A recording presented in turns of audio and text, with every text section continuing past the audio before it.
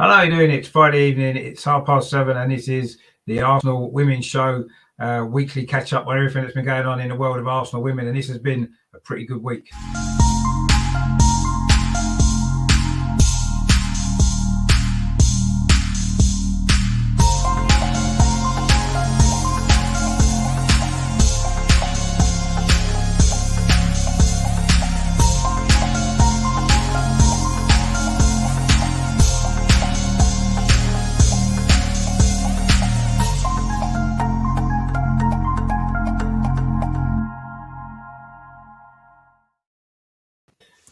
Hello, welcome to the Arsenal Women's Show. I've got the guys in with me as usual.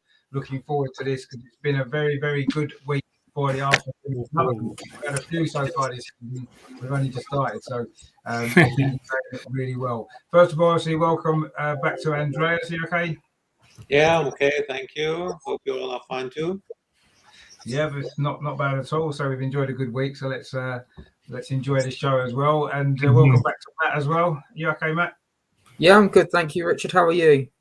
Yeah, not bad at all. Not bad at all. Looking forward to this. Actually, it's going to be good to look back on a good week and look ahead to another exciting week as well, which is going to be good. And Emma as well is back as well. You okay, mate? Yeah, not too bad. Yourself, mate?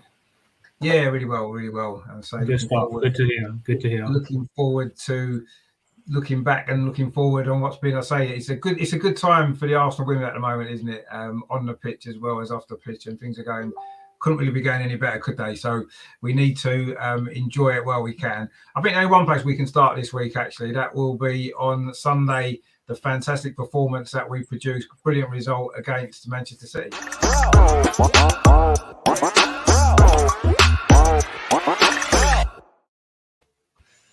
I mean, that went a lot better than I think any of us anticipated. But when we spoke about it last week, we were kind of thinking it might be a close game. And in the end, to win that 5-0 was impressive. I mean, Andreas, what impressed you most about that performance? I just thought we were just ruthless, wasn't we?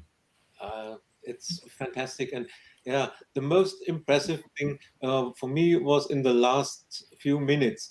I think we scored the 5th goal in stoppage time. And when you see how Leah was celebrating this 5th goal, we were 4-0 ahead in against Manchester City, and then she was celebrating as if she had made the 1-0 in yeah. And also Jonas at the outside, he was with his fist, and he made it was the 5th goal in stoppage time. Fantastic! This shows everything. This fire, this passion in the team. And it's a fantastic time to be a fan of the Arsenal women.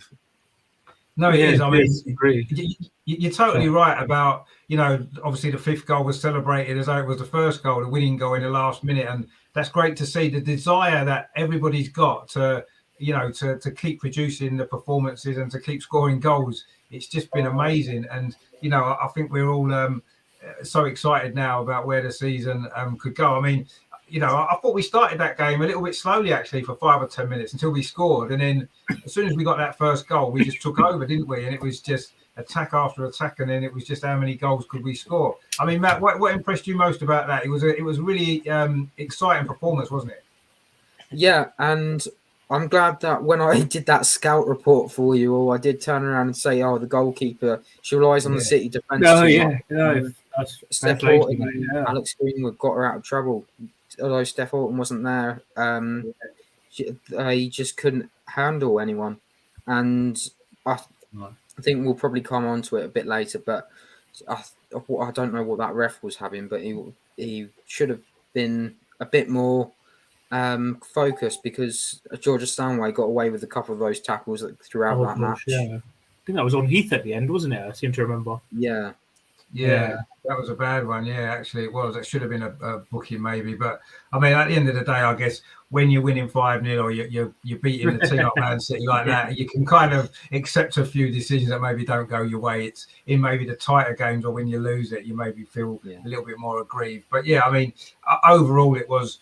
I say last Friday when we spoke about the Man City game, we're all anticipating. I mean, I think you predicted a draw, didn't you, Matt? Which is usual. But yeah, I mean, we were all anticipating a close game. I know they had a few players out, the goalkeepers you mentioned, and yeah, the goalkeeper that played wasn't that great. Let's be honest. But ultimately, you've got to be able to beat what's in front of you, and we did that, and we did it really convincingly. I mean, Amar, you must have enjoyed that game. Yeah, to win that comfortably was just unexpected, wasn't it? Yeah, no, I saw it a bit late because I was out, but I did from watching. I watched most of the second half. In fact, all of the second half. And when we pressed them so high up the pitch, they were totally unable to recover from that. And they made a mistake that led to the first goal. And you can see throughout it affected them. They just didn't know what to do. And it went pretty much according to how Eidevall wants it to go. And scoring plenty of goals, being solid at the back, and weekend or not, and to hand them their heaviest ever defeat as a professional team, it's going places, definitely.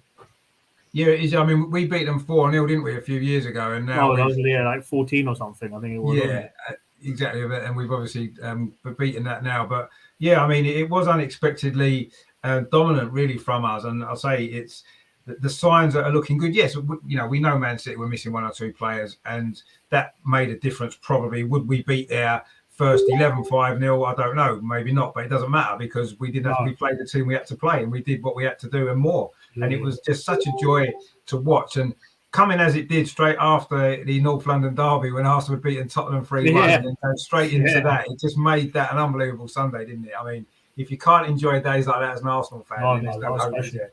Yeah. Do you reckon there was something in that water that made it special that they were drinking? Well, I don't know what it was. It was something, but it was just an unbelievable day, wasn't it? And that just capped it off for me. I mean, obviously, I was desperate for the women to win that game, but to do it in that manner was just so impressive. It was like, wow. It was almost like, I know it's only 3 games into the season and we can't get carried away, but watching that performance, that's the performance of potential champions, isn't it? Absolutely. I mean, do you agree with that, Andres? Did you see that performance as being the sort of performance that champions produce? Yes, absolutely. It's not that we are winning close matches and say, we were lucky or had more luck than the others, or the referee was on our side. No, we are really dominating the matches and we are scoring a lot of goals. And I think, of course, Man City had a lot of injuries. But that's no excuse. Of course, Ellie Roebuck, the goalkeeper, Lucy Bronze, Steph Houghton, it's surely a problem. But if you look on their team sheet, I made my homework. There was Alex Roger Stanway, Demi Stokes, Vicky Losada. She was triple. Ellen White.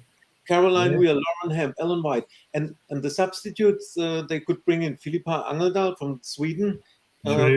Shaw, Jill Scott. Let's not forget Becky as well. Becky would be happy to have such a lineup. So they had a very strong team, and they had more possession in percent. And there was very interesting what Jonas said at the press conference. I've also written it down. Possession is useless as a statistics if it can't be combined with the result. We had the result. We made the goals. We had the pressure, and we made something out of our chances which we created, and not only ball possession. This was the problem last year. I think the philosophy of Joe was ball possession, and if you can create a chance, then go back, try again, and now.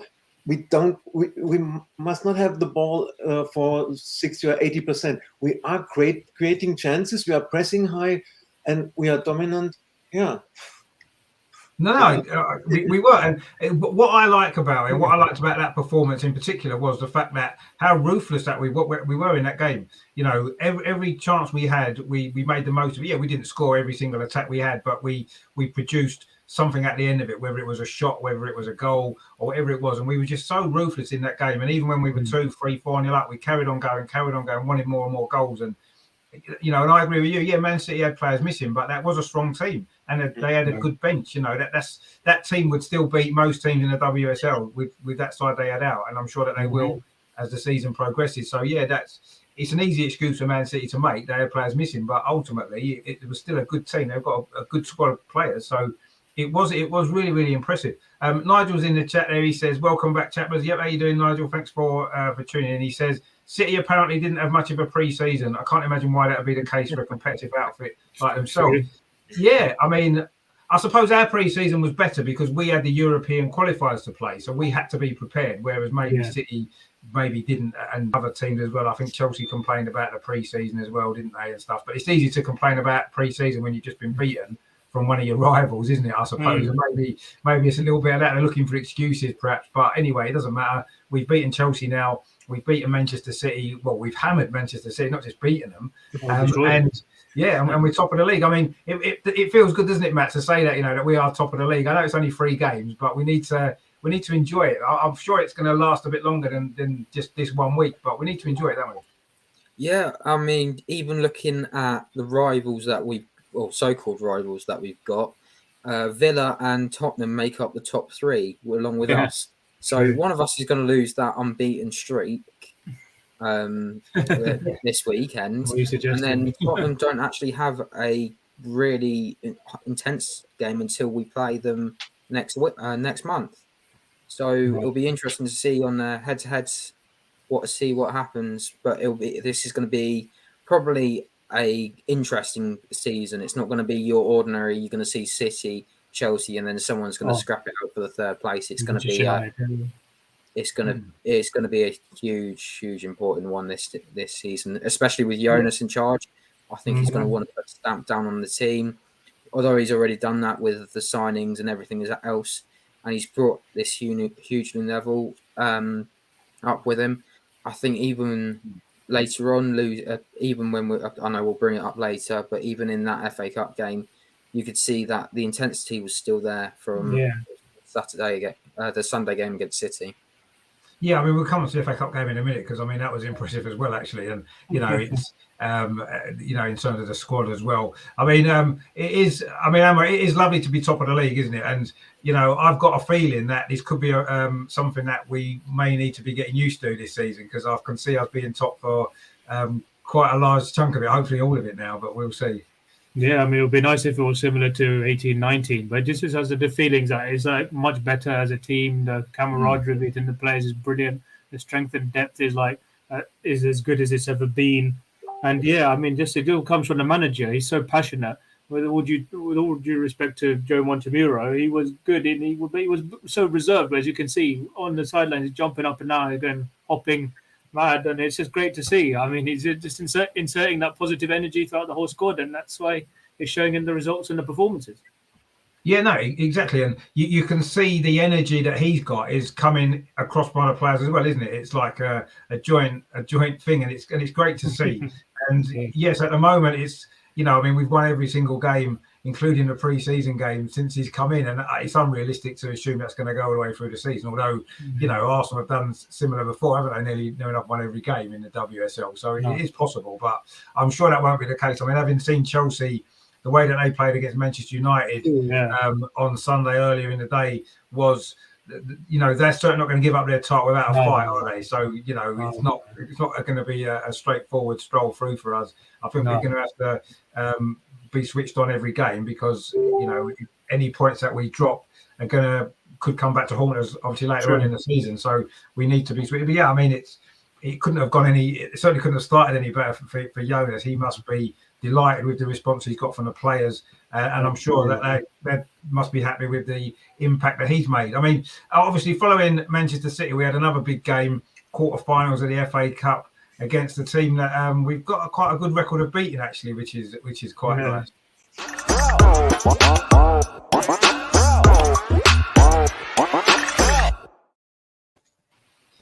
I mean, the big thing about this game for me was the squad depth. 8 changes from the City game, and you wouldn't have known we'd made 8 changes. Yeah, we got a bit of a sloppy start, and they got that goal, but other than that, we dominated that game, didn't we? And that was what impressed me, Andreas. Is that what kind of struck you? There's just literally 8 changes to the team, and we still produce a performance that's equally as good as the Man City performance, if not probably better, actually. Yeah, 8 changes. That means there were players on the pitch that haven't played together. So that we concede a goal after 2 minutes, this can happen. Yeah, it was a bit sloppy, defended in the first 2-3 minutes, and then the ball was in. But the reaction the team showed was fantastic. There was not morning on now we are 1-0 down and now what to do. Or so. No, there was the same spirit as we saw in the first matches. Yeah, we are 1-0 down, but now let's take the challenge and go on. And we created chances. We were dominant, and we made beautiful goals. This goal by Mana Iwabushi was fantastic. And so many chances created, so dominant with a team that hasn't played together. This was fantastic. The depth of our squad. There's another quote from Jonas. He said, "A deep squad. The training environment becomes so competitive and demanding." And I think this is a real important point. As long as they are all healthy and fit, we don't have injuries like the last 2 years, then I think the training environment must be very competitive. And if you see Tobin Heath, she wasn't for a week, 4 or 5 days training with the girls, and she made a great impact in the match against the Spurs. So no, I mean that was one of the things that really stood out for me was the performance of Tobin Heath. Actually, I thought she was brilliant, especially in the first half. She maybe faded a bit, didn't she, in the second half? Maybe run out of steam slightly because she's not maybe as fit as some of the others. But I thought in that first half she was absolutely brilliant. And as well, then we had Beth Mead came on and created the last goal as well. So it just goes to show, doesn't it, that we've got players on the bench and you can interchange pretty much most of them, and they're not going to weaken the team, are they? They can come in and do a job. I mean, Caitlin Ford come in, got 2 goals. Would Miedemar have got more than 2 goals this year? Started maybe, but maybe not. Caitlin Ford got 2 goals. So it just shows, doesn't it, how much strength there is now. And we made changes at the back. It was a different defence almost, wasn't it? Completely. It's only, I think, was it just Leah Williamson, wasn't it, that played in both games out of the back 4. The goalkeeper was different as well. She made a good save as well, actually, didn't she, in the second half? So. Yes, she did. Yes. Yeah, I mean, and that was the thing for me. I mean, Matt, you what did you enjoy most about the Tottenham game, other than the fact that we obviously beat Tottenham again? I mean, it was great to see the squad used so effectively, wasn't it? Yeah, unfortunately, I've only watched the first 45 minutes, but I do know the result, and obviously, we won that match. I really like the idea of the team spirit. That team hasn't gone down 1-0 before, I don't think. No, we haven't. That's right.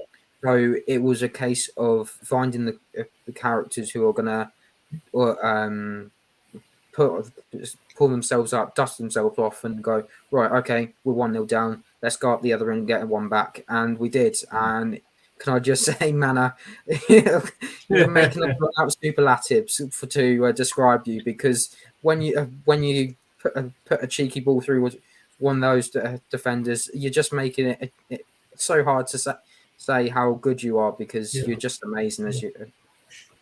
I can't believe. I don't think if someone did that on Sunday for the men's team, they would probably be talking about it for days. I think I'll probably be talking about that one for years. Yeah, no, you're right. I mean, that was a special goal, actually, and it probably won't get the credit it deserves because it came in the women's game as opposed to in the men's game. You're totally right. But that was a goal. I mean, technically, what she did there with the defender on the edge of the box, and then to have that composure to curl it into the top corner was just incredible. I mean, I totally agree. If that had been in the men's game, that would have been goal of the month. It would have been replayed 50 times, and rightly so, because it deserved that, because it was a great goal. And yeah, I mean, we did. I mean, it wasn't just that goal. I mean, a lot of the goals, some of them were a little bit scrappy finishes on own goal and stuff like that. But the way that we created those opportunities was really, really good, wasn't it? The way that we passed the ball, the way that we just got in behind them, got crosses into the box, put dangerous balls in. I say Tobin Heath was brilliant in that first half. And it was just great to watch. And the fact it was Tottenham as well, I suppose, made it even better, didn't it? But whoever we'd beaten playing like that with that group of players, it would have been enjoyable. I mean, well, what did you enjoy most about Amal in the Tottenham game? Obviously, apart from the fact that we beat them easily. Yeah, once again, as I said, when they went behind, there was just no sense of panic. Yeah, it was a bit sloppy, but you just know that with this team, what they did all that Spurs ended up doing in the end was poking the beast. But they just know how to respond. These group, it's just, let's say, ingrained in them, and that they don't need to panic. They just take it to the opposition, and then they're playing some beautiful free flowing stuff, and it just wears them down. That's what Jonas has got them playing, and that's what we're loving seeing as fans. I guess. No, exactly. I mean, that's exactly what we did do, and it was, Matt made a good point there. That's the first time under Jonas that we've gone behind in a game. Every other game we've scored first, been in front, and then it does make life easier when you get the first goal. But that, I mean, maybe the fact it was so early probably helped as well. We had lots of time. We didn't need to panic, did we? You can see the goal after 2 minutes. You've got loads of time to get yourself sorted out, and obviously we did. But yeah, I mean, it was impressive the way that as soon as they scored, we thought, right, okay, let's forget that and let's just get on with our game. And we created 3 or 4 chances before we scored the equaliser, didn't we? I mean, Nikita Paris missed one from in front of an open goal somehow. Didn't she? She's got a few mixed up. Yeah, she missed a few, but she got a goal in the end, which was good. And yeah, I mean, it was just the way that we just almost forgot that we'd conceded it and just carried on playing, and it was just brilliant. And, but I say for me, it was that squad effort there. 8 changes, a lot of changes to make, and sometimes it can backfire, because I thought maybe that might have explained the goal we conceded, actually, because it did seem in the first 5 minutes that, we looked a little bit all over the place, didn't we? But once we settled down, it didn't matter which 11 players were out there. It was just an Arsenal performance that we've becoming used to now with this team and this coach, wasn't it? It was just great to see. And Nigel says there, Amanda is answer to Santi Cazorla. Yeah, she probably is, actually. That's a good way of describing it, I would say. She's got similarities, 2-footed, and she can do those amazing things that Santi Cazorla could do. So yeah, I mean, that's every time they pick up her up to celebrate, it does make you think of Santi Cazorla, because he was quite small as well, and the way she scores as well. Yeah, no, exactly. And I hadn't really thought of that before, but that's a great comparison, actually. I quite like that. And it's pretty spot on as well, because, she's got a lot of similarities, actually, with Santi Cazorla. And I wouldn't mind a Santi Cazorla in the men's team at the moment, actually, or a player like that.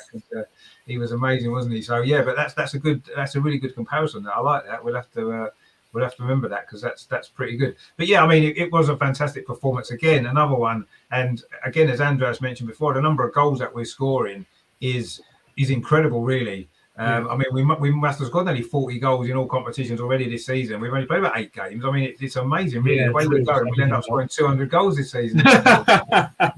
We're breaking records, I don't know, but it's great to watch as fans, as you said before. It's fantastic football. And the only thing is, I just think we just need to try to keep our feet on the ground a little bit, because there are going to be games when it doesn't quite work.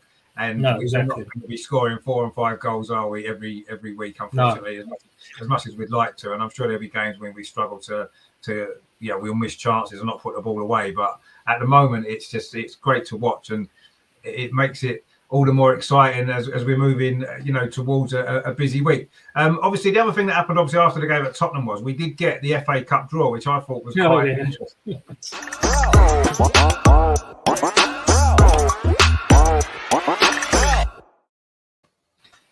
I mean, I watched the draw when it was happening live, and it was obviously Kelly Smith who drew it, wasn't it? And she put the balls in the bag, she shook them around, but they didn't really move, and they came out 1, 2, 3, 4, didn't they? 1, 2, 3, 4. Yeah, it was like, wow, has that ever happened before? But anyway, it worked out well for us, didn't it? Because we got the draw out of those teams that we would have wanted, really. I know it's, Brighton have started the season well. I mean, they're a good team and they've got a good coach, but it couldn't have gone any better, could it, Andreas? What do you make of the draw? It's sort of pretty happy with that. You've got to be, haven't we, really? Yeah, we couldn't wish for a better draw. It's perfect. We were playing at home. We're playing Brighton. It should work out for us. And it could have been Man City away or Chelsea away. So no reason to complain about this draw. I think we can all be satisfied with this. Of course, it must be played, and it's 90 minutes to go, and it's 0-0 when they start. So no, exactly. And we should never try and take any game for granted, of course. And an FA Cup semi-final can go either way. We've seen it before, but certainly before the draw took place, I think we all were maybe secretly hoping that we would get Brighton, just because it was obviously the easier draw out of playing. I certainly wouldn't have wanted Chelsea in the semi-final. I mean, Man City, we've just beaten them, so I maybe wouldn't have been as worried about playing them again, perhaps. But Chelsea would have been the team to avoid, because you can guarantee next time we play them, they're going to want to make up for that defeat that we've already given them. So I didn't really want to get Chelsea, and luckily we didn't. So could well be in the final. Well, yeah, we might play them in the final, but you don't mind if you're in the final, do you? No. I'll take them in the final, definitely. And, you know, you can go any way in the final, can't you? I mean, Matt, you must have been delighted with that draw. I mean, are you getting quite excited now about the prospects of possibly being in the final? Yeah, and I think the fact that it's going to be in December as well, so it's quite an interactive place to be on Wembley, early December. Sorry, so you're getting towards that Christmas spirit, so everyone can wear their red Arsenal Santa hats on, and Christmas and scarves and gloves and everything. It'll be a good atmosphere. Hopefully, I just hope it doesn't happen again where we play Man City and we crumble like the last time we played them in an FA Cup final. Yeah, I mean, obviously we played Chelsea recently in a final in the Continental 18. Cup. I was there. I remember that. It was pretty painful. Yeah, it was painful. I was there as well, and we should have won that game, and we lost in the last minute. So, you know, obviously, if the final's not going to be easy. If we get through, we're going to have to play one of those two teams, aren't we? And they're both very good teams, and no doubt Man City will have players back from injury by then if it's them that go through. And obviously, we know how strong Chelsea are. But we seem to have something about us this season that maybe we haven't had in the last few seasons when it comes to playing those teams. And in a cup final is going to be obviously a big test. I mean, we shouldn't get carried away yet. You know, let's not underestimate Brighton because they've had a good start to the season. Yes. I'm sure it'll be a difficult game. I don't think we can take that for granted. But I think we're all confident that we have got a great chance now of getting to the final at least. And, you know, it's a good point you make there, actually, about obviously a cup final being played in December is unusual, isn't it? Because usually they're played in May, in the spring when you've got T-shirts on and the sun's out. And it's going to be a slightly different experience playing a cup final in the winter. But ultimately, if you're there, it doesn't matter, does it really? The most important thing is being there for us, and let's hope that we are. I mean, Amar, you must have been delighted when that draw came out because I was smiling for quite a long time afterwards. Yeah, no, I mean, it couldn't have worked out better. As I said, what are the chances? I mean, I said, let's hope we get Brighton. But to be honest, I know Chelsea would have been probably the nightmare scenario for you, but the way we're playing, I mean, I feel as if this team could be anybody right now. Let's not get too far ahead of ourselves. Well, we have beaten everybody so far, so yeah. beat anybody. That's everybody. I meant anybody. Yeah, but Brighton is a good draw, and I mean, let's see how they get on. We'll see how they get on. Of course, they beat Chelsea last season. They got them again tomorrow. So, I mean, you couldn't have worked out better. I thought he was referring to the 2018 Cup final then, but no, I wasn't at the one last year. I thought you were going back to the 2018 one, but no, it was actually the Conti Cup, which was last year. We lost to them, wasn't it? Yeah. That's the last time we played. Yeah, no, I thought it was about FA Cup, but no, it's been. I remember Leo Valti as well saying that. Sorry, Leo Valti saying it's been a passion of hers to play at Wembley. So I mean, let's hope the squad can do it and get there. Yeah, I mean, I'm sure that's a motivation itself, is it? You know, you're going to play at Wembley, and I'm sure that we will give everything in that game as we have in every other game so far to get to that final. But no, you're right. I mean, Brighton did beat Chelsea last year. Hopefully, I can beat them again tomorrow. That'd be nice, wouldn't it? Because the more points Chelsea drop, the better. So I'll be definitely cheering for Brighton tomorrow. But you know, when it comes to the end of October when we play them in the semi-final, obviously, I'm hoping that we can turn up and beat them. But yeah, I mean, on their day, I think Brighton are capable of beating a lot of the teams in the league. It's going to be a tough game, but again, I suppose we've got to be happy that it was them that we got drawn out against, as opposed to, you know, either of those other two, which would have been tougher. I don't think there's any doubt about that. So, but yeah, it's given us a great chance, and you know, what a great way to be. You know, Jonas has only been in the job 6 months, and he could be winning a cup final, or certainly leading the team out at a cup final, and hopefully winning one as well. I mean, what a great start that would be, and that could actually be the boost for the rest of the season, couldn't it? Winning that cup before Christmas, you know, give everyone a massive lift, and then, you know, the players, when you've won a trophy, I think the players, they want more of that, don't they? When you have the celebrations and stuff like that, you want to do that again and again and again. And if we're still in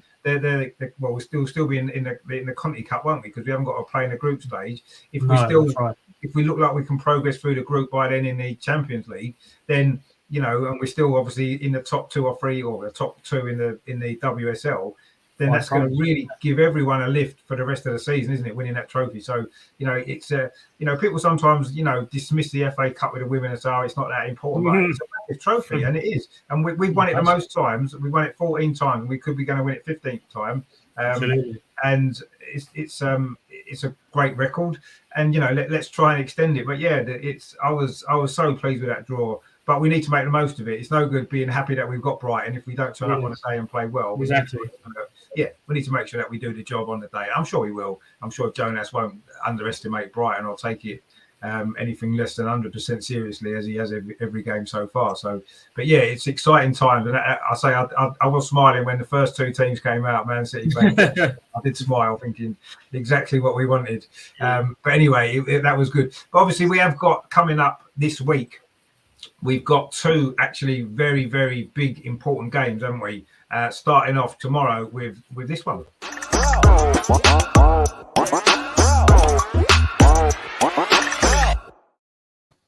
Of course, Aston Villa playing at Villa Park actually tomorrow, which is good as well, isn't it? Playing at the big stadium. It's nice that once again we've played at the Emirates already. Now we're playing at another big stadium as well. It's really good for. I mean, they played at Reading's main stadium. That's where the Reading women play anyway, isn't it? But it's really, really good. I think that the game's at Villa Park, and I actually think that although it's Aston Villa at home, I personally think that might be a good thing for us, because what it means is we have.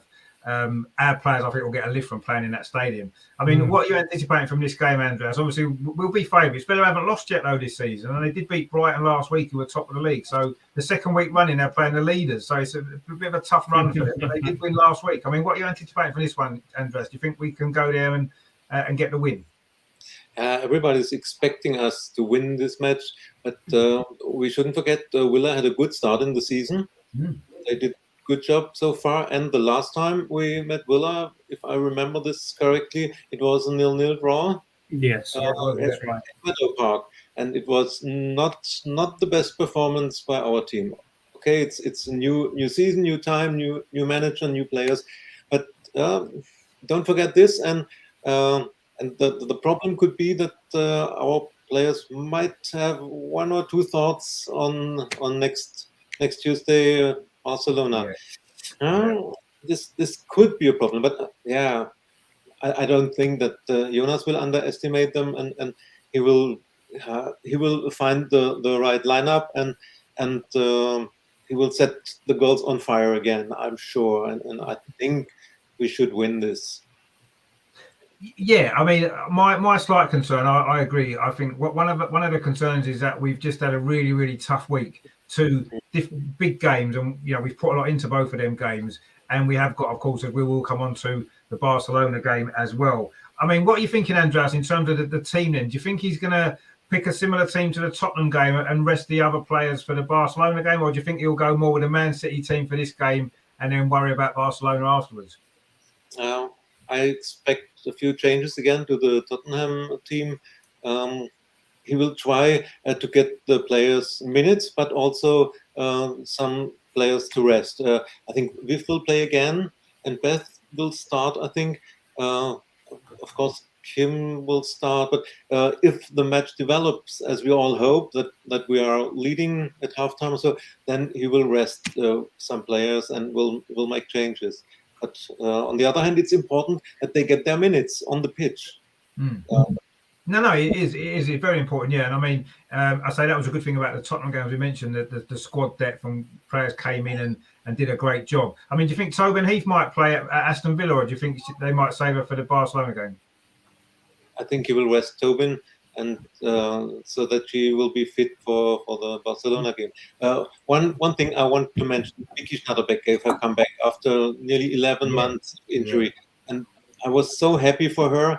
I told it before that I was a few times in contact with her, and so I sent her a private message after the match congratulating her, and she sent me such a fine answer, and that it was really great from her, and I'm so happy that she's back. She needs time, of course, but it's good to have her back, and if you see by rotating, we brought Jordan Nobbs in, we brought Nikita Paris, Caitlin Ford, in defense, Anna Patton, Lotta Bubenmoy, all internationals. And you will rotate, change on 8 position and bring internationals in. Fantastic, yeah.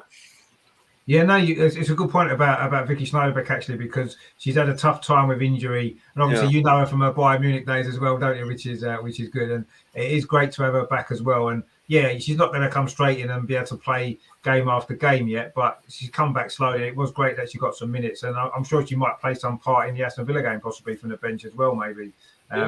Or we'll have to see. I mean, Matt, what would you do then for the Villa game? Obviously, bearing in mind the Barcelona game's coming so quickly afterwards, in terms of the team selection, it's going to be tough to manage it, isn't it? Because we've just had 2 big games, and now we've got 2 more big games, and it's rotating it in a sensible way, isn't it, to keep us competitive, but also make sure that enough players are resting and enough players are playing the minutes so that we can compete in every game. It's a tough one, isn't it, for Jonas?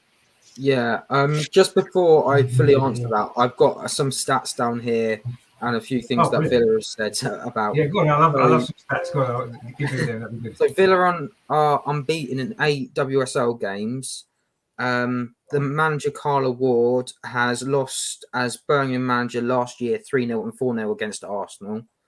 Emily Gilnock scored her first goal, and they said that she was the one to watch out for. Villa are yet to score against Arsenal, and Kim Little has scored and never lost in 38 matches that she's played in. Jordan Hepnobs is the current record holder with 39. Wow, great stats there. Fantastic. Brilliant stats.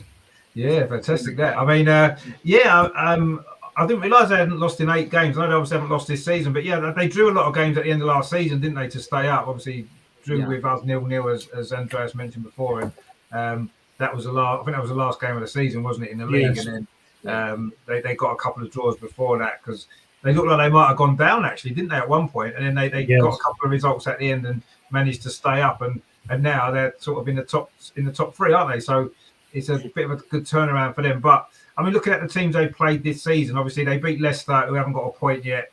They drew with West Ham, who are always sort of teams struggling at the bottom, and they did get a good result against Brighton last week. I mean, I wasn't necessarily expecting them to win that game. That was quite an impressive result for them, wasn't it? Because Brighton were top of the league going into that game, weren't they? Yeah, it's going to be one of those, I think, when we look back at this, it's going to be one of those tough games. It might be a 1-0, 2-0 sort of game where either you score first and then you get to half time. Even Andreas has said it about the squad being rotated. Would you risk Tobin Heath? Is probably not for this game. Maybe sit her out, but you wouldn't want to risk Miedemar as well.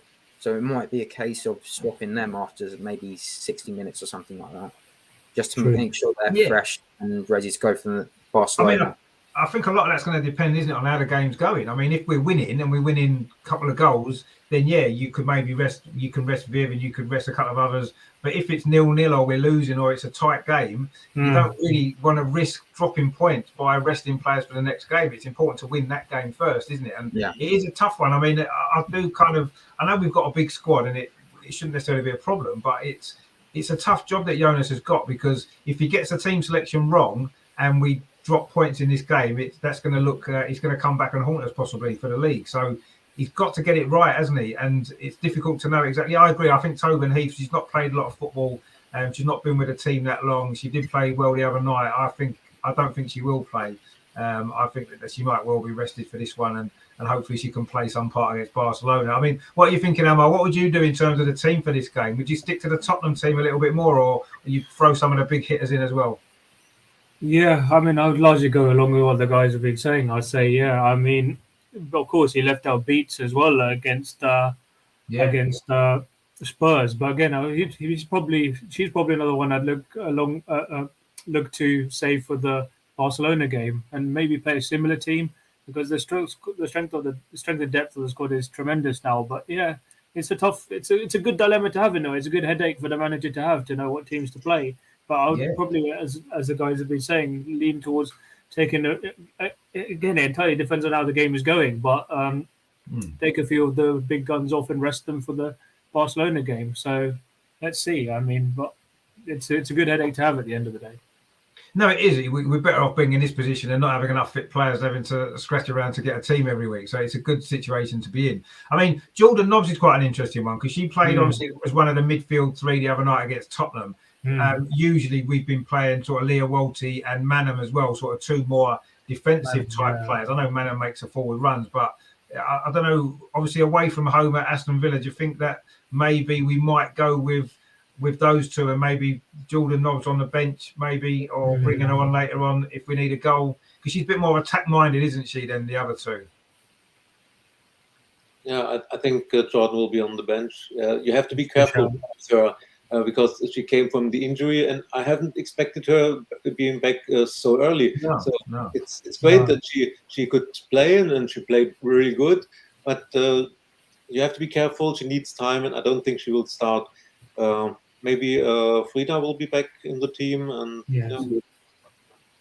yeah, possibly. Yeah, I mean, I've got a feeling that might be what we'll do. Just because, as well, I think an away game in the WSL, you don't leave yourself too open in midfield. I think you need to be a little bit more compact, and I think those two would give us that extra protection to for counter attacks and stuff like that. So yeah, I've got a feeling that might be the team lineup in midfield, which will be fine because we know how good those two are at that job. So it'll be not a problem at all.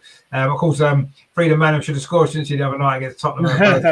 We all thought she'd score, didn't we? When she had that shot and it went wide from about 2 yards. But anyway, I'm sure she'll get a goal eventually. Although that's not her main job, is it, in the team, I suppose? But she's making some good forward runs, isn't she, Matt? Though she's kind of bursting forward from midfield a lot more than I was maybe anticipating she would, and she's getting on the end of, especially against Man City, she did, didn't she? She was getting in the box a lot, getting on the end of things, and I'm sure she'll get a few goals actually as well. Yeah, I think it's just about time and getting used to the league. She seems to be settled very easily, so hopefully maybe over the next couple of months we might see one of those shots go in. It's just a bit of luck at the moment and being in the right place at the right time. Sometimes you can go on these goalless runs and it just takes some lucky deflection or something like the one that Paris scored like the other night just to go in, just to make you get that sort of goals starting for you. Yeah, possibly. Yeah, I mean, she won't get many easier chances. I don't think that one the other night that she missed, but it happens, doesn't it? These things happen, and it didn't matter in the end because we won the game. But I mean, I've been impressed with her energy. Actually, she's up and down the pitch. She's everywhere, isn't she? She's 1 minute she's defending, the next minute she's getting on the end of a cross or making a lung busting run into the box to get on the end of something. And it's just fantastic to see that energy. But not just with her. I think actually from the whole team. What we're noticing now, they all seem to have a lot more energy, don't they? I don't know the work they're doing in training, if it's extra fitness they've been doing, but they certainly seem to have a lot more energy, don't they, Amar? I mean, every game that we've played, everybody seems to be, certainly for 65, 70 minutes, and then one or two of them maybe run out of steam a little bit towards the end, which is understandable, the work they're putting in. Yes. Yeah, no, I mean, it's just because at the end of the day, it just goes down to the manager and the way he wants them to play. He's just taking it to the next level. They know their roles on the pitch. They know what to do. As I said, it's ingrained with them what they need to do before every game. I mean, whether they can keep this level up for the rest of the season remains to be seen. But for sorry, I've got my tongue tied a bit here. For the way it started this season, let's hope it continues for as long as possible. I mean, this is great to watch. Yeah, it is. Yeah, I mean, it is a high energy kind of style, and the good thing is we have got the squad to be able to deal with that. We can take players off and get other players on, and they can do the same job. And it's not really affecting the quality of the team or anything like that, which is good as well. So we can probably keep it up, hopefully, as long as we don't get too many injuries. But we certainly seem very fit at the moment, and let's hope that it obviously continues like that. What we need to do is we need to get a score prediction for Villa. Then, Andreas, what's your score prediction for the Aston Villa game before we move on to Barcelona? So far, in every game this season, we scored at least 3 goals. So the Champions League qualifiers and the WSL. So maybe we will score another 3, so 3-1 for us. 3-1. No, that's fair enough. I know Matt's going to say a draw probably because but it's working so far. So carry on. What are you saying for this one, Matt? Well, usually when people pull up these sorts of stats, something obviously happens, and because it's Arsenal, we're the gift that keeps on giving. I don't know. I'll just say a draw and 1-1. Sitting on the fence, man. Keep predicting the 1-0s. That's perfectly fine. Nigel in the chat there has gone the same as Andreas, 3-1 to Arsenal. I am at the game, so hopefully it doesn't be a 0-0 or a 1-0. Well, no, I can't see this team drawing 0-0 just with the amount of attacking quality that we've got. I just can't see how we're going to not score in any of the games. But anyway, I'm sure one day they won't go in. I mean, Emma, what are you thinking for Aston Villa then? How confident are you? I was going along with the team because I think in the 8 games so far, I don't know whether this is right. I think we've scored 31 goals so far in the 8 games. And only conceded something 4. Like that, yeah, it must be something like that. Only conceded 4, yeah. But no, I wouldn't underestimate. Initially, I was going to probably say 4-0. But when you look at the way Carla Ward sets up her teams, of course, she was linked with the Arsenal manager's job before Jonas took over, and she's got a very good footballing brain, I would say. But she'll set a team up to be solid. But I think we'll have too much strength for them, and in the end, I'll go probably a solid 2-0. Solid 2-0 will do nicely, actually. I may be tempted. Andreas has convinced me that we have scored at least 3 in every game, and I think we will score at least 3 again. So I'm going to go 3. I'm going to go 3-0 because Villa don't score a lot of goals. We've been very solid defensively. I think we'll win 3-0. That's going to be my prediction. But any win will do. And we're bound to win because Matt said it'll be a draw, and that will happen. So that's what we need to. That's what we need. Obviously, after the Villa game, hopefully we'll win and stay top of the WSL. We've then got the start of the Champions League group stage with probably the hardest game we might well have all season, actually.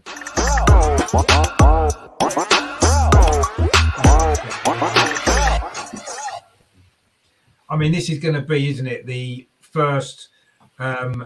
the biggest test, not the first test. We've obviously played Chelsea, Man City, but it's going to be the biggest test for Jonas, isn't it, so far? Barcelona away, opening game of the group stage of the Champions League. I mean, it's exciting. It's a mouth-watering game, but equally it's going to be very, very tough, isn't it? I mean, what are you thinking about this one, Andreas? Do you think we're capable of going over there and getting a result in that game, or is it just going to be maybe a lesson for us after what they did to Chelsea? It will be a very, very strong challenge, and when you see Barcelona, how they started their season, I think 3 matches and 18-0 goals, I think. So very impressive, and this will be really tough. But we are all looking forward to this match, and as I said last week, I'm sure all our players are looking forward to this match. They want to compete with the best, and on the other hand, for Barcelona, it will be a tough challenge too. They have surely watched our matches versus Chelsea or Man City, and they in Barcelona they are not sure that they will trash us like they did with Chelsea in the final. So it will be a tough one. It's away, so if we can get a draw, it would be not the best, but a very good result compared to the development of this group.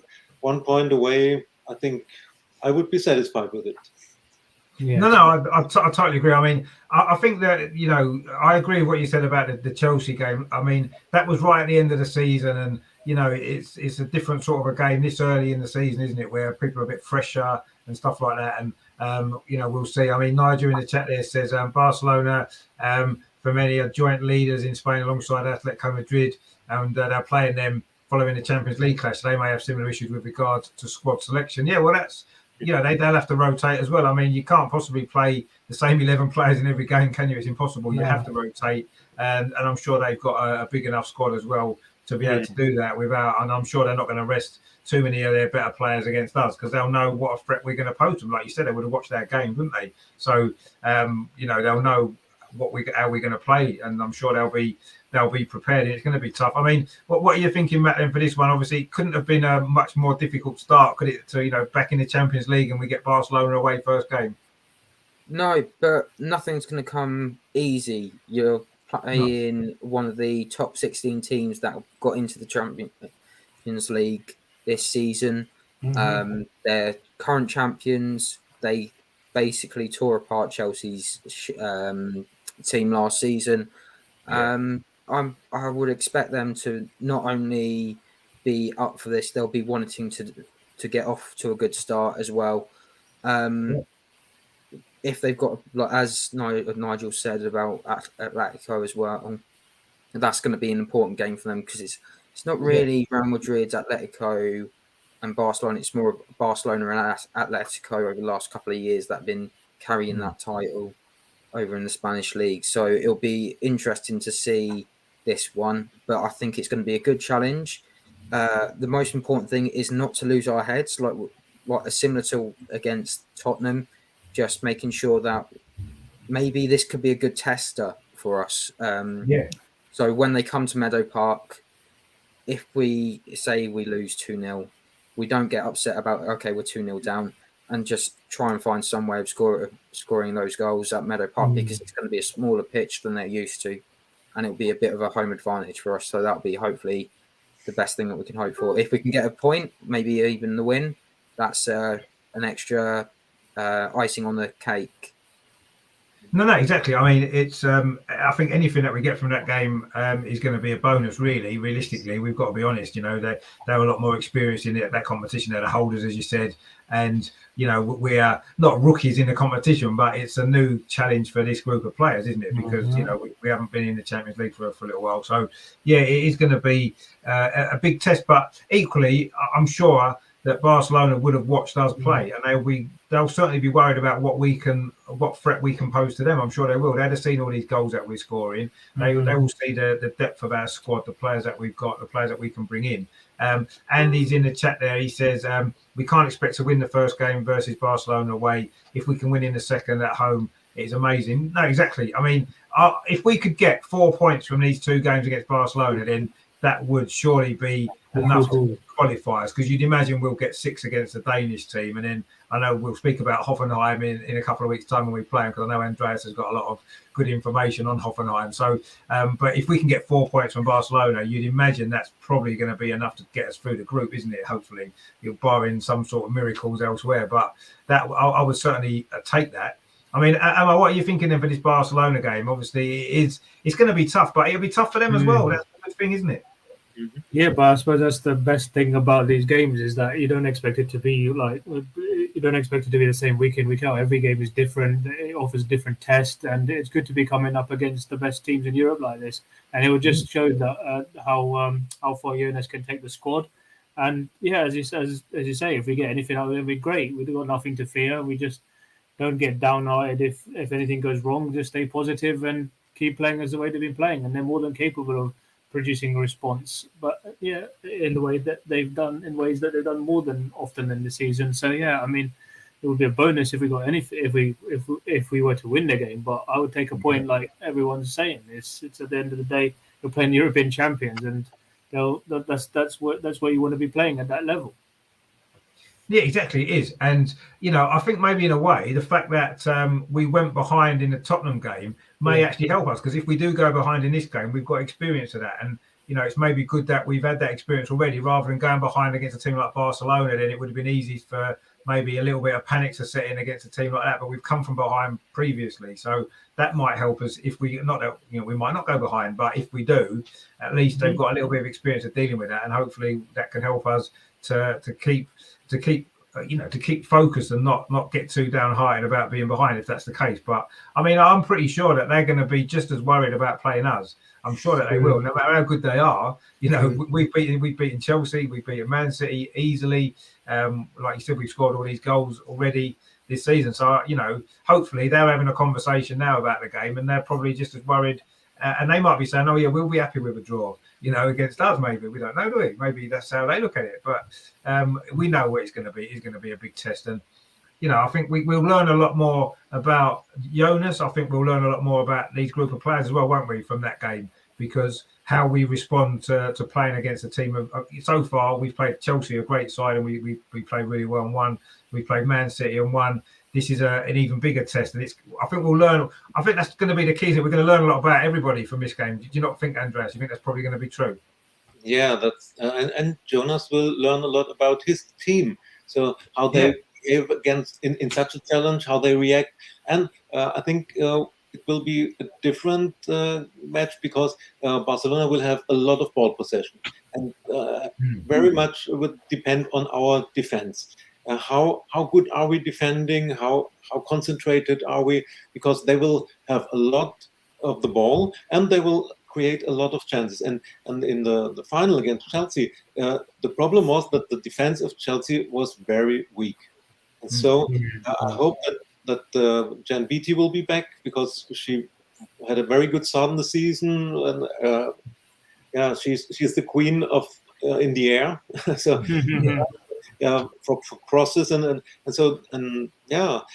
I think a lot will depend on our defense, and when we can keep the 0-0 for a while and come into the match, then we will create chances with long balls. We have very much speed in our attackers, so there will be chances, but hopefully we won't be down 2-0 like Chelsea was after 10 minutes. So, but on the other side, Barcelona has surely watched our matches, and on Monday I was speaking with a friend of mine. He's fan from VfL Wolfsburg, the German big team, and they have to play at Chelsea on Wednesday. And he said, it's very tough to play at Chelsea, but I'm happy that we don't have to play at Arsenal. Well, there you go. You see, others see our team right now. Exactly. I mean, we're not going to. No one's going to have an easy game against us. That's for sure, isn't it? And and as good as Barcelona are, we're certainly going to compete with them. I'm sure we will, and it's going to be interesting to see how exactly we cope with the challenge that they offer, but also how they cope with the challenge that we offer, because they won't have played against a team like us very often in their league, will they? The way that we play, the intensity that we play at, and like you said, Andres, the long balls that we play, get the ball forward quickly. We've got pace. Most teams in Spain don't play like that, so it's going to be a test for them as well, isn't it? I mean, do you think, Matt, that we may surprise them? Not really surprise them because they would have seen this, but maybe surprise them in how intense that we're going to be in that game, because we're going to be closing them down quickly, aren't we? We're going to be right on them all the time. Yeah, it's also going to. We're just looking at some of these Champions League fixtures. If you were to turn around and say this is women's football, what a good way to turn around and say, oh, there's an Arsenal team, there's a Barcelona team playing. It will be a great fixture to get people in. And now that it's going to be shown on, I believe it's DAZN on YouTube. Yeah. So it's a good way to get people in and say this is women's football. Try and find a women's local team or something like that. There's a lot of great teams out there, and hopefully this will be a great match of high intensity, back and forth attacking and defending football. It's not just going to be as some of us say over in here, Andreas, you might not understand, we have a Burnley or Stoke, which is basically over the top and just hope someone gets on the end of it. That's a good one. That's a good one. Look at it. I mean, that's true, isn't it? Because that's obviously that in Europe they do play a different style of football, don't they? Anyway, and I know that a lot of that's come over to our league as well. But I think the way that we play is to me it's a good combination of, it's got this sort of European passing style that we're good at, but also as well it's the good old English get the ball forward quickly, and we do that as well, don't we? So it is going to be interesting how Barcelona. I mean, I'm looking forward to how Barcelona cope with us as opposed to how we cope with them. It's going to be a test for us as well, but it'd be interesting to see how they cope. I mean, do you think that we could actually cause them quite a lot of problems, with our style of play, just getting the ball forward quickly, which they're not used to, are they? They're not used to defending that. I think we can. I mean, as I said, I don't know if they're used to the teams pressing them as high up the pitch as we've seen so far with the Ernest's Arsenal. No, we know from watching the men's team historically down the years that they like to pass teams to death. So I mean, if they retain the ball, it'll be difficult for us. But we offer them a different challenge, as we've seen throughout the first few weeks of this campaign. I think we can definitely take it to them and prove to be more than a match. So it'll be interesting. And some of the matchups will be exciting. Like Martin's coming up against a teammate Miedemar. You've got Graham Hansen. They've got Graham Hansen and Schwaller, and who of course used to play for Arsenal, against the likes of, say, I don't know, Leovalti and Jordan Nobbs. So I mean, there's so many great battles to look forward to in this game, which makes it, I guess, one not to be missed. Yeah, no, exactly. It is. It's going to be fascinating. Actually, it's going to be one of the best 90 minutes of the season, I'm sure. Nigel in the chat there says, our bench and ability to adapt will be our strength. No, definitely will, and we're probably going to have to adapt a little bit, aren't we, in this game to suit the challenge that we've got. I mean, I guess we need to put a prediction in because we won't be speaking till after the game. So, Andreas, what's your prediction for the Barcelona game? I can imagine what Matt's is going to be, but we'll wait for him. Well, this time I'll go for a draw. I say it will be 2-2. And this would be a really good result for us. Yeah. No, it would. I mean, I'm sure we'd love a 2-2 draw, actually. That'd be really good. I mean, Matt, how many are we going to lose by then? I'm only going to say the one goal. Okay. I think it will be a 2-1. I think Viv will get a usual goal. It'll be a huge, interesting game, and I think a lot of people will be watching it.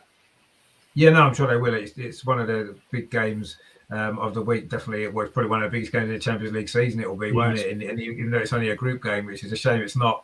Well, maybe it's probably better for us. It's not one of the knockout games, maybe, because it's we can survive a defeat in this one, can't we? I mean, Emma, what are you thinking? Do you think we can get a result over there? I'm going to go along the same lines as Andreas and say 1-1. Yeah, I mean, I think we would take a draw. I mean, Nigel's pretty confident there. He's gonna grab. Well, yeah, why not? I think keeping a clean sheet over there will be difficult. I've got to be honest.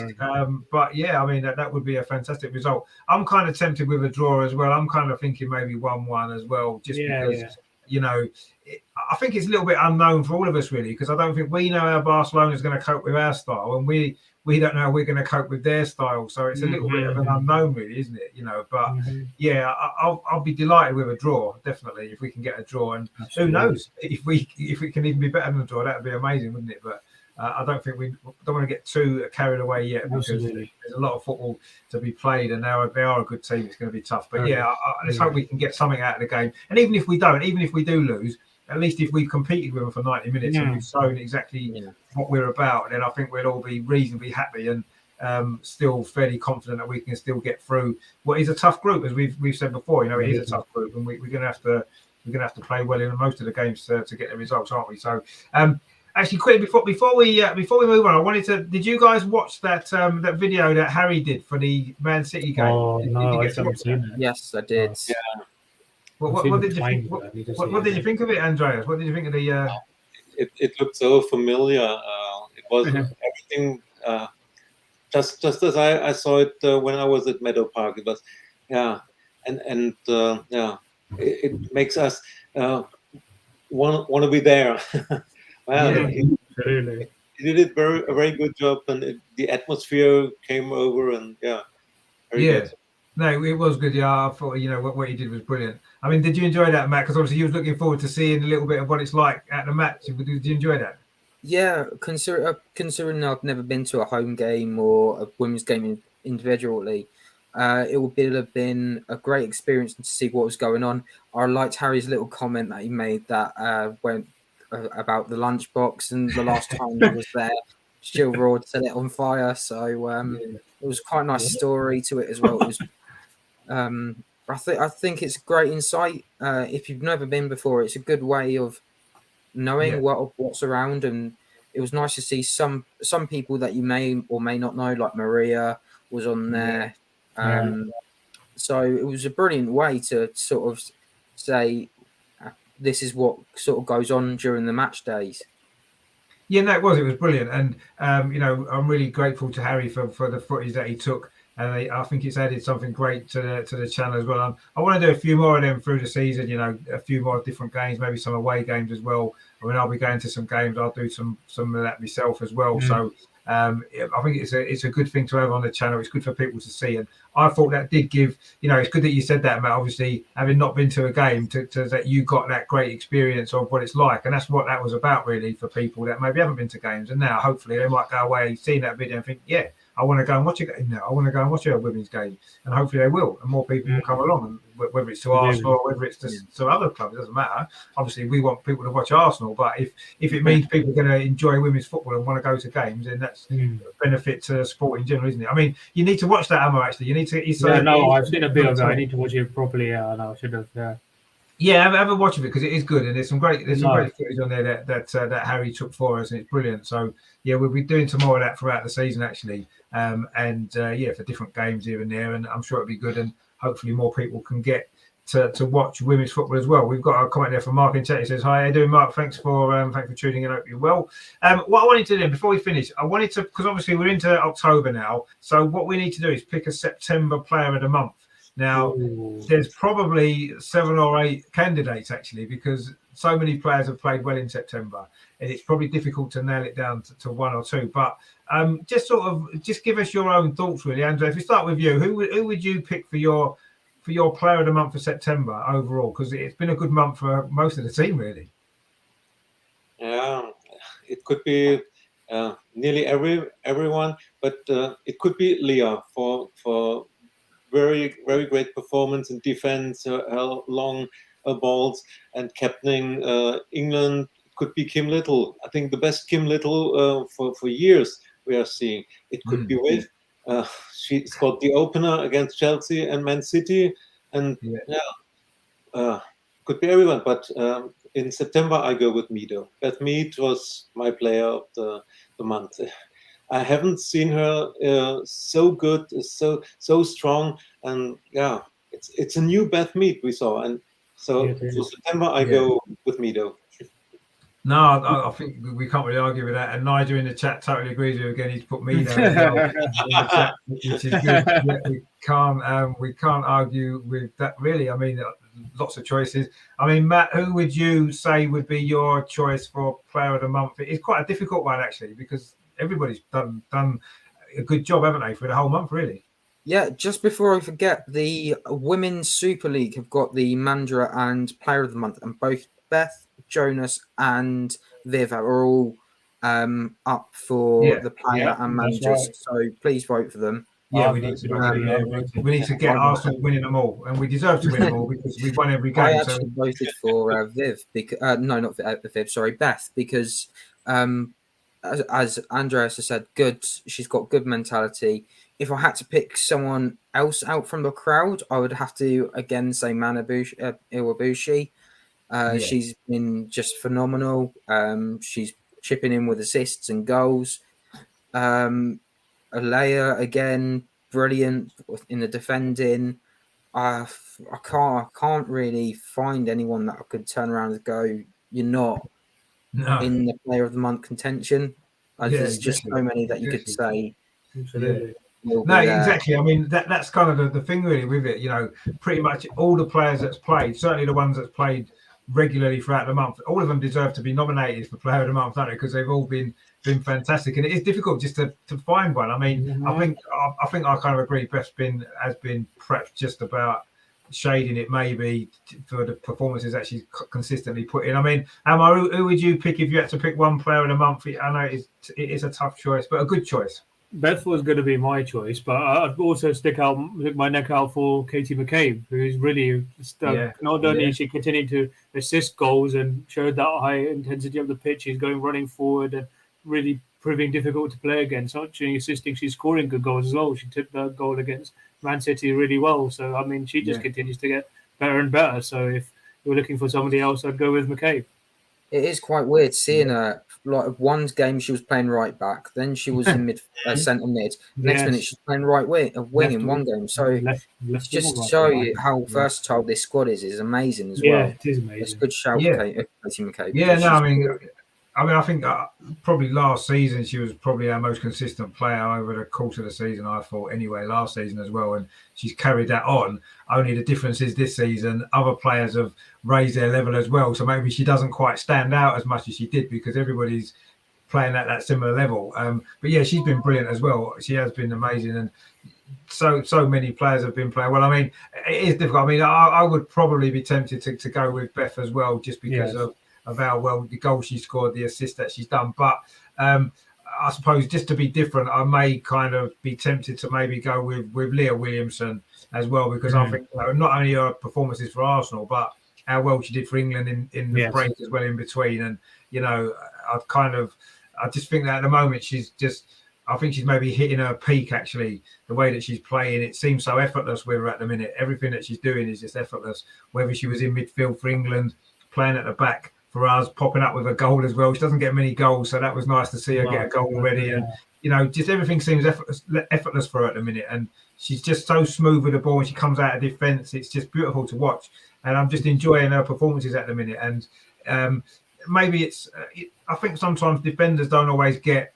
when you're up the other end of the pitch and you're creating goals or you're scoring goals, you get all the headlines, don't you? And it's easy for people to think, oh yeah, brilliant. And obviously Viv scores all the goals and Beth's putting all the assists in, and they stand out, don't they? But I think for her consistent performances, Leah at the back, and say even when she's played in midfield as well, I just think that defenders maybe need a little bit more credit as well for the job that they do, because it's just as important, isn't it, that you're solid at the back. So I think Beth Mead's probably going to win the Player of the Month, and rightly so. But we all probably agree with that. But I just want to give Leah Williamson she should be the vice captain for me. I think she should have been captain the other night against Spurs. It was Jordan Nobbs, isn't it? But I think it should have been her really, because she's a leader. Andy says all games included, I'd go for someone in attack. And I'd choose Vivian. Well, you can't. Vivian's been brilliant. I mean, what's it, 9 goals already? Among the new signings, I'd go for Frida. Yeah, no, I think Frida's been brilliant, actually. She has been brilliant. And yeah, she's probably the pick of the new signing so far, I would say, probably, yeah. Or obviously Manu Iwabuchi as well. She's had a great impact as well. But yeah, it's been good because all the new signs have done well, haven't they? None of them have struggled to settle in. I mean, Nikita Paris has done well, popped up with some goals as well. Yes. So the signings have been good, and we saw a little bit glimpses of Tobin Heath's quality as well, didn't we, the other night? And let's hope that, when she gets a little bit fitter, she'll be able to contribute even more, because she's a great player, and it's really good to see her playing for Arsenal. And I know it's a big for her as well, because she's always, supported Arsenal as well. So it's great that she's playing for us now, and let's hope that she can continue to grow as we go through. But yeah, no, Frida's a good shout actually, because I think she's been.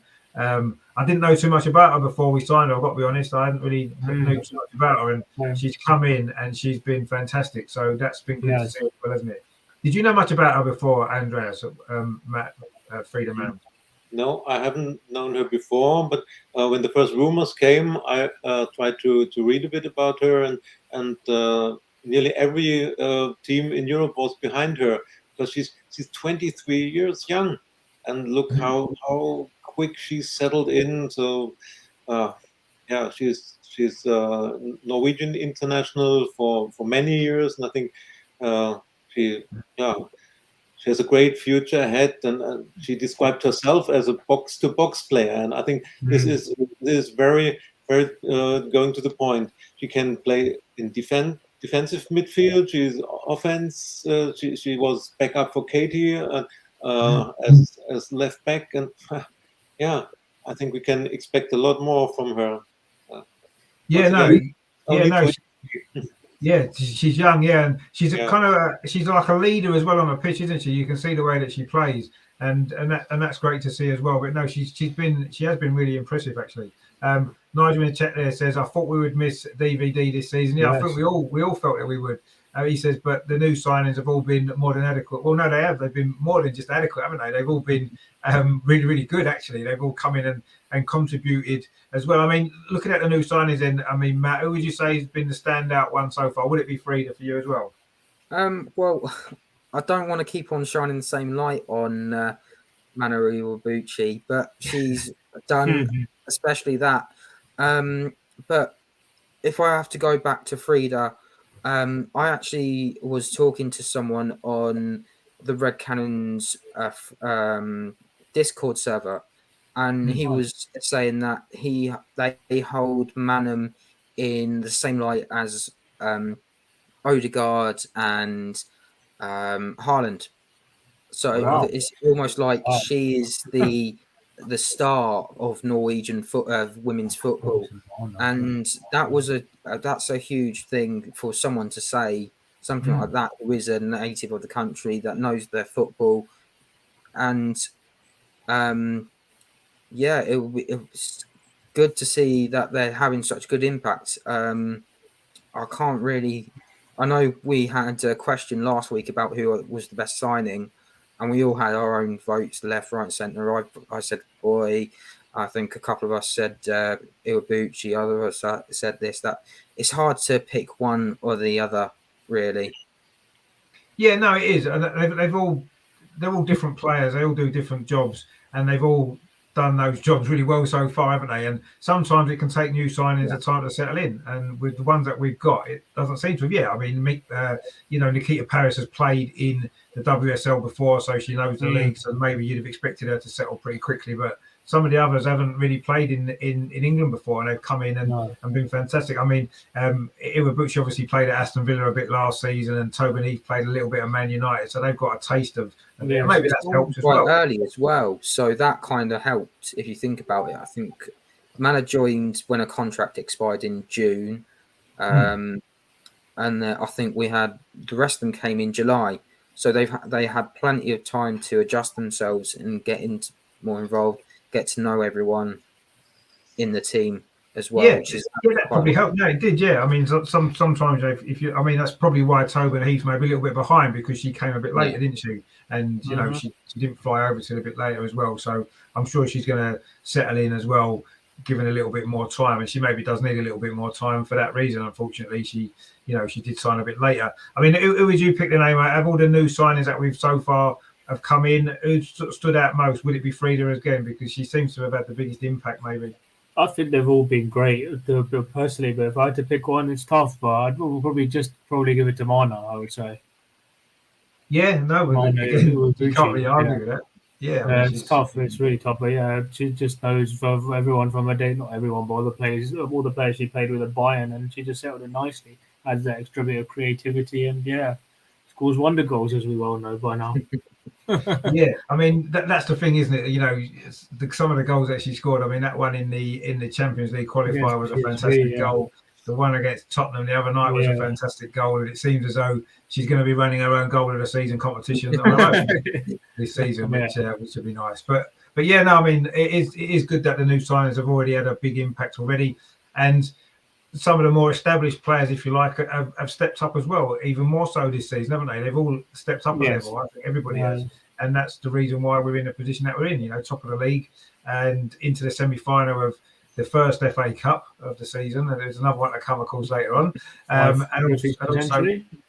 then also, of course, into the group stage of the Champions League, which starts this week. So lots to look forward to. Obviously, being following the Arsenal women this season, lots to look forward to. And you know, on this channel, we will be covering as much of it as we possibly can. And I'll be covering the game tomorrow at Aston Villa, and also on Tuesday as well, the Barcelona game. And of course, next week we're playing Everton, aren't we, at home? So another tough game for WSL. So it's lots going on. But we'll be back on Friday next week again with the women's show again. Going to be looking back on the two games that we would have played and looking ahead to Everton as well. Another tough game. Let's hope we're still top of the league going into that one. Good win tomorrow will ensure that, won't it? Andreas, again, thank you very much for coming on. I hope you've enjoyed the show. Yeah, thank you very much for having me. No, it's always a pleasure. Great to speak to you again. And Matt as well, thanks for coming on. Yeah, thank you for having me on as well. It's been a really good evening. Cheers for having me on. No problem at all. Some fantastic stats you had there as well, which was Statman. You'll have to bring some stats every week, because I quite like them. So Statman, as you call it, Statman Matt. Yeah, Statman. Yeah, looking forward to some more stats. Yeah, let's see what I can find. Yeah, that'd be good. Yeah, Statman. Yeah, so we'll have back on next week as well with some more great stats for us. And Amar as well. Thanks for coming on. You enjoyed that? Yeah, no, it's good to be with you guys. And as always, just to say, I'm not going to be here next week, but I wish you guys all the best, and hope to see you in 2 weeks. Fantastic. Yeah, okay. Yeah, we'll look forward to that. We'll probably see if we can get someone else to come in as your replacement, maybe. I don't know if Harry's available. I know Friday's on a night for him, unfortunately, but we'll try and get him back on as well, obviously, because he did do that great video for us last week at the Man City game, which was fantastic. So we'll look forward to that as well. And Nigel says, great show, Les. Thanks for watching, Nigel. Glad you've enjoyed it. And thanks to everyone else in the chat. We've had Andy and Mark as well. And who else was in the chat? I think that was it tonight. But it's been great. Thanks for all your comments as well. Thanks to everyone for watching. We will be back on next Friday for the women's show again. And I will be back tomorrow for the watch along. Obviously, the men are playing at roughly the same time, which is a bit awkward. So I'm going to have two screens here. I'm going to be watching them both and trying to kind of, follow both the games at the same time. But obviously, the main focus will be on the women's game, because we're top of the league and deserve that a little bit more.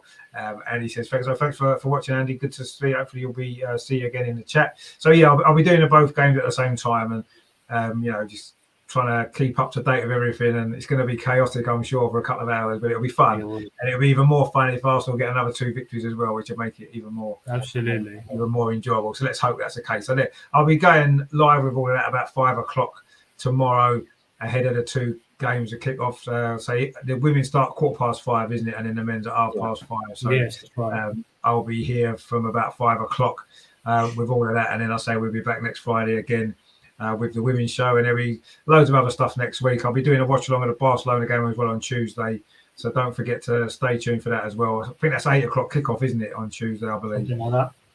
I think it's 8 o'clock, yeah. So yeah, I think it is, isn't it, 8 o'clock? So we'll be going live with that one as well.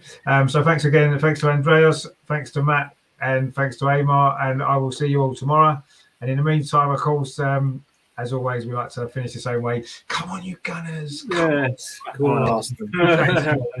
Big week. Come on, Arsenal. Yeah, absolutely. Somebody got up and he's singing.